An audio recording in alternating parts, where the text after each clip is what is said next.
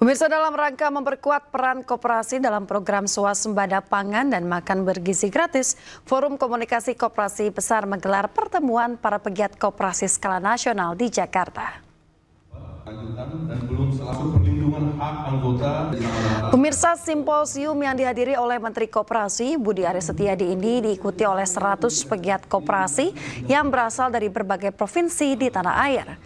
Pertemuan ini juga untuk mengingatkan komitmen pemerintahan baru untuk menata regulasi koperasi yang sesuai dengan kebutuhan masyarakat, serta memperkuat peran koperasi dalam mendukung program swasembada pangan dan makan bergizi gratis Presiden Prabowo Subianto.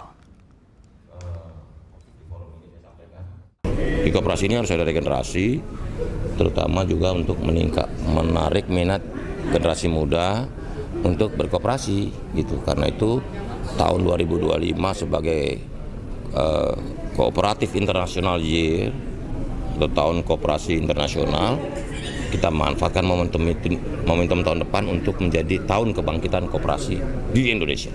Kita ingin menjawab tantangan lebih besar, itu Pak Prabowo. Kita ingin berswasembada pangan, dan itu harus dilakukan dengan menghidupkan koperasi-koperasi sektor real, terutama di sektor pertanian ya. Selama ini kan Induk KUD masih tidur gitu kan. Nah, kita akan bangkitkan, apalagi Pak Prabowo adalah ketua penasehat Induk KUD. Pemirsa, pejabat Bupati Kolaka Utara meninjau distribusi makan siang bergizi gratis di sekolah. Peninjauan yang dilakukan guna mengecek kelengkapan gizi hingga proses distribusi ke sekolah.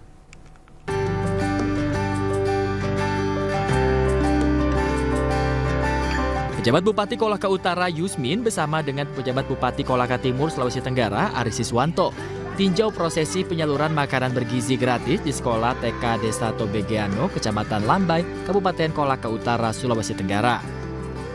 Pengecekan dilakukan guna memastikan kelengkapan gizi dalam makanan yang dibagikan kepada siswa serta proses pendistribusiannya.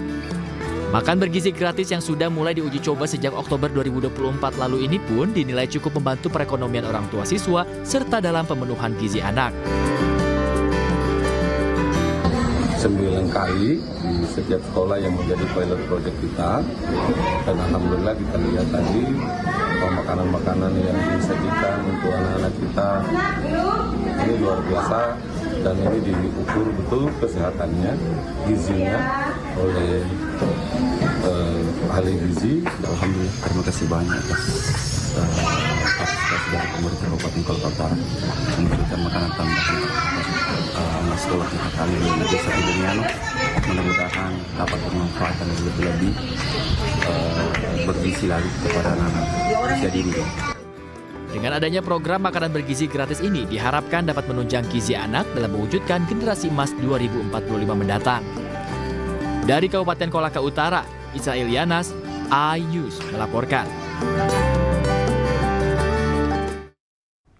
Pemirsa, atas komitmennya mengedepankan kinerja yang optimal, pemerintah Kota Makassar kembali menorehkan prestasi yang gemilang. Sebuah penghargaan apresiasi kinerja pemerintahan daerah 2024 diberikan dengan kategori kinerja total tingkat kota untuk daerah fiskal sedang.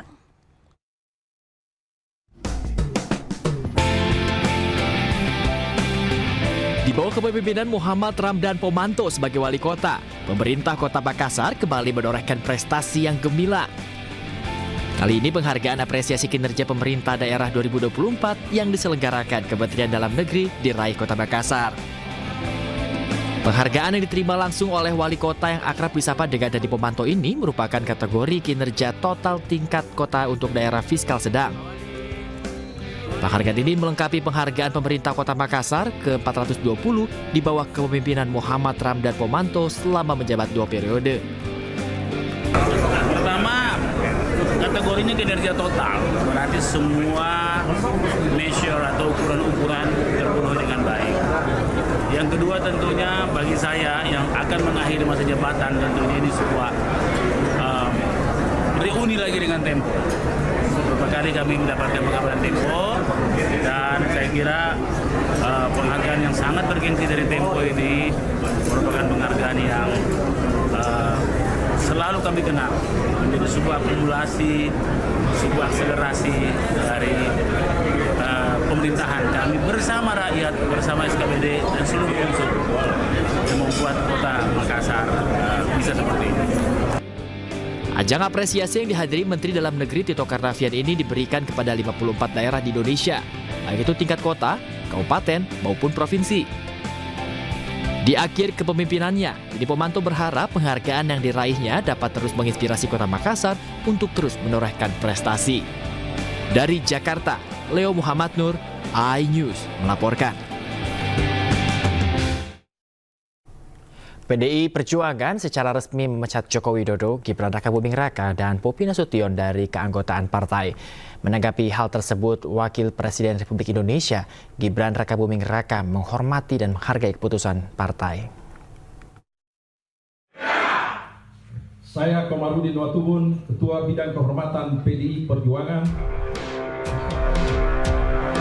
PDI Perjuangan resmi memecat Presiden ke-7 RI, Joko Widodo dari keanggotaan partai. Anak serta menantu Jokowi, Gibran Rakabuming Raka dan Bobi Nasution pun juga ikut dipecat dari keanggotaan partai. Pemecatan ketiganya diumumkan langsung oleh Ketua DPP PDI Perjuangan Bidang Kehormatan Komarudin Watubun Senin kemarin. Memutuskan, 1. Menetapkan, 1. Memberi sanksi organisasi berupa pemecatan kepada Joko Widodo dari keanggotaan Partai Demokrasi Indonesia Perjuangan. Memutuskan, menetapkan, 1. Memberi sanksi organisasi berupa pemecatan kepada Gibran Rakabuming Raka dari keanggotaan Partai Demokrasi Indonesia Perjuangan. Memutuskan, menetapkan, 1. Memberikan sanksi organisasi berupa pemecatan kepada Muhammad Bobi Afif Nasution dari keanggotaan Partai Demokrasi Indonesia Perjuangan. Menanggapi hal tersebut, Gibran menyebutkan dirinya menghargai serta menghormati keputusan partai. Ya, kami menghargai dan menghormati keputusan partai. Untuk saat ini saya pribadi akan lebih fokus untuk membantu Bapak Presiden Prabowo. Ya, tapi nanti akan bergabung ke partai lain nggak, Mas? Ada rencana untuk gabung ke partai lain nggak, Mas, untuk saat ini? Atau Tunggu saudara saja. aja? Kan Golkar. Berbeda dengan Gibran, Wali Kota Medan Bobi Nasution saat dimintai tanggapan terkait pemecatannya sebagai kader PDI Perjuangan, dirinya enggan menanggapi berkomentar banyak. Pak, kita jawab tanggapan jadi Mas PDIP, Pak. Tanggapan dipecat PDIP, Pak. Udah apa ya? PDI Perjuangan diketahui memecat 27 kadernya karena terbukti melanggar etik serta melakukan pelanggaran berat. Dari Jakarta, Tim Liputan iNews melaporkan.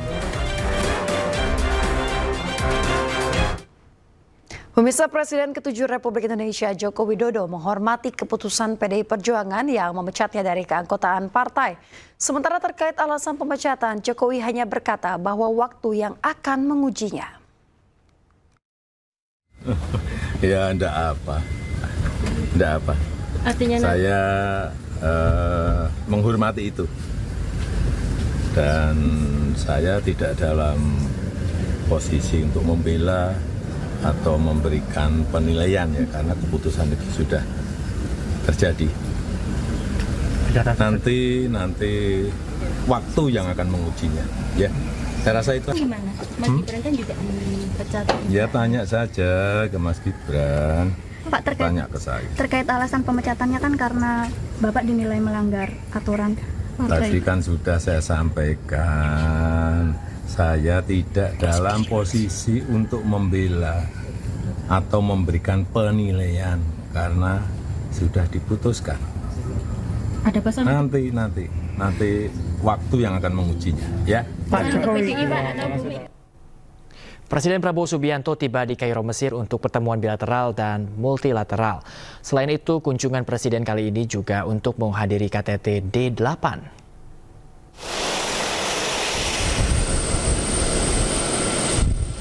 Kunjungan Presiden Prabowo Subianto ini menjadikan acara kenegaraan Presiden Indonesia ke Mesir pertama sejak tahun 2013. Prabowo Subianto tiba di Bandara Internasional Kairo, Mesir pukul 20.18 Selasa malam waktu setempat.